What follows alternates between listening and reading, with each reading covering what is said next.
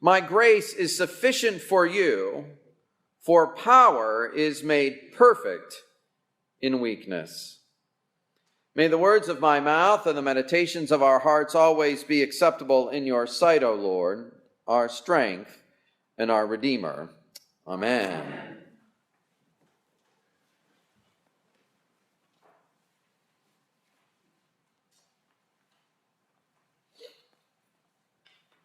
If you've ever been on a search committee for a job that is being hired in your group, you will know that no matter what the position is, no matter what the responsibilities are of the new hire, no matter who the person was before or the person who will have that position afterward comes, there are two questions that get asked in every hiring process.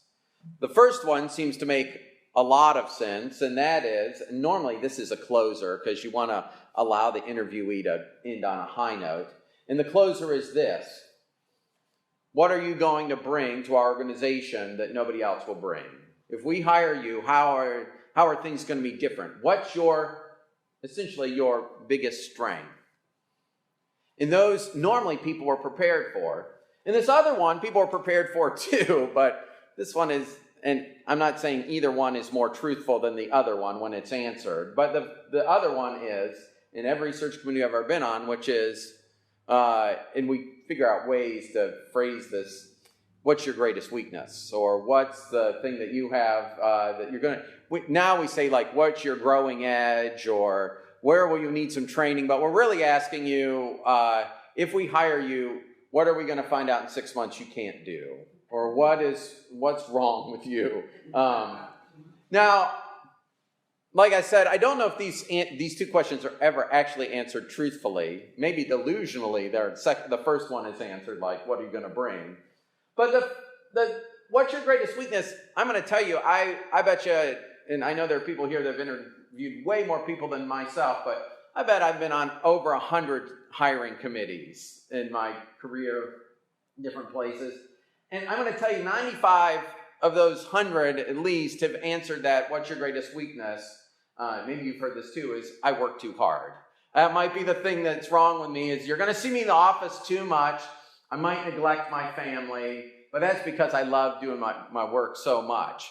And I just that's probably not true. And if it were true, you would have a real problem to start out with. Paul is answering those two questions today for the people in Corinth, because actually both letters to the Corinthians are in some fashion job interviews for Paul. Because Paul has been there, Paul has met these people, Paul has preached to these people, Paul has baptized some of these folks, and yet, every time he leaves, people show up and tell the people in Corinth that Paul shouldn't be an apostle.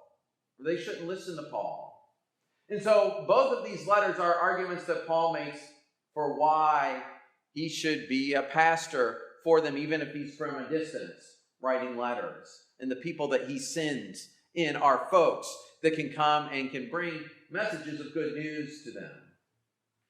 And today, in a very kind of odd twist of things, he kind of backdoors the thing that he thinks is his greatest strength. He starts this narrative, I once knew a man, or like I was saying, I have a friend. But he makes it clear later that the friend is himself, who had this ecstatic experience that receives some sort of revelation that is so great that he can't even utter what he saw to mortals. And once he kind of backdoors this in, I have a friend that had this, and starts to let it seep through that this is really himself. He said, but I would not boast in that. That's not the reason you should hire me. That's not the reason you should buy what I'm about. That's not the reason you should listen to my message. The reason is because I've got some weaknesses that I can't get over myself. I've got some problems, and I've prayed for these problems to go away, and I wish they go away. In what is probably the most personal moment of all of Paul's writings, he said, God just wouldn't take it away. And it's kind of implied that he doesn't understand why God would allow these things to inhibit him, because what should be good about his ministry is he has this direct line to revelation. But it eventually becomes clear to him the reason that these weaknesses don't go away is because God can use them. In fact, he says, God was teaching me, that phrase I read right before we started to preach this morning, which is, my grace is sufficient for you because my power, and this is very, very interesting wording here. It's not my power can be used. It's not my power can find a way. It's not my power can tolerate your weakness. He says, power is made perfect in weakness.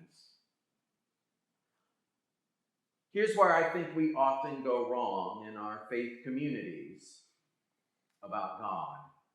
Is we might buy these other things that Paul would said. If he would have said, my power can be used, or my power is tolerated, or I can figure out a way to get around your weaknesses, we would buy that from God because that's the way we imagine God already often. We don't imagine God in actually the pictures that are given to us in the Bible often. We more so imagine God as though God is the perfect version of something we want in the world. We might imagine, if we go back to that HR analogy that I started with, that God is the perfect HR personnel and is able to vet out and find the perfect people for every position by asking the right questions and seeing who has the right skills. And maybe even, if we're being very gracious to God, we think God's grace is about finding untapped potential. But that's not grace. That's just being smart. Or we might think God is the perfect administrator. God is able to see the resources that are around him in his organization that he calls the church and move the pieces around so that God's will gets done. We might just think that God's like a coach and can motivate even people that aren't using their full abilities into performing well. But all of those are heresy, because that's not what Paul says here. He doesn't say that God figures out where the strengths are and just makes them work. He doesn't say that God figures out where the weaknesses are and works around them. He says, my grace is sufficient because my power is made perfect in weakness.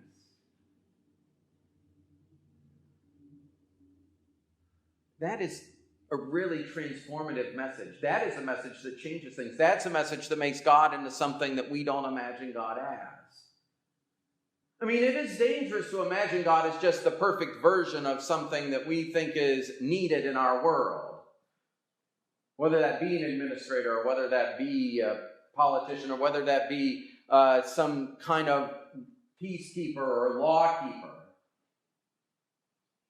I mean, when we do that, we actually are guilty of the things that our critics claim that we do all the time already, which is that we imagine God is just like us, but better. Well, that's not what God is. God is something totally other. Because God is someone who can take our weakness and make it our strength.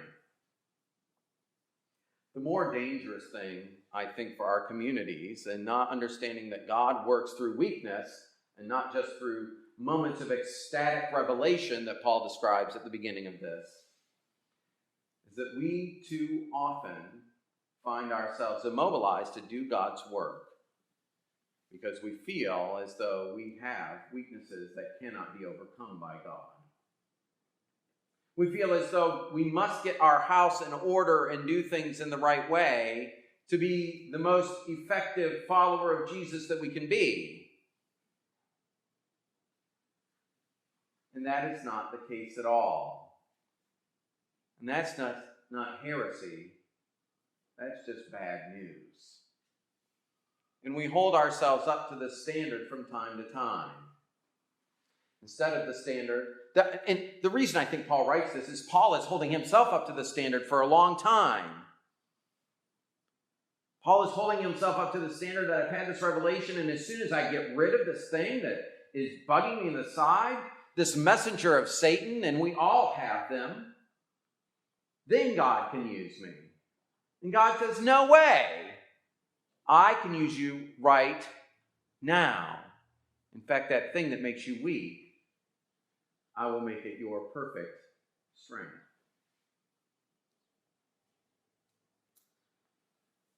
When you feel different, when you come to God in that way, I mean, the prototypical story of God is the story of creation. He doesn't wait for the world to be ordered to enter it.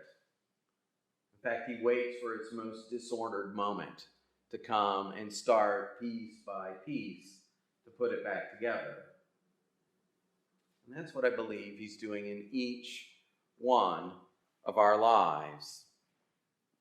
And it's my hope that in looking at these weaknesses, we can come to these same conclusions as Paul, where he says, I'm content with weaknesses, with insults, with hardships, with persecutions and calamities for the sake of Christ.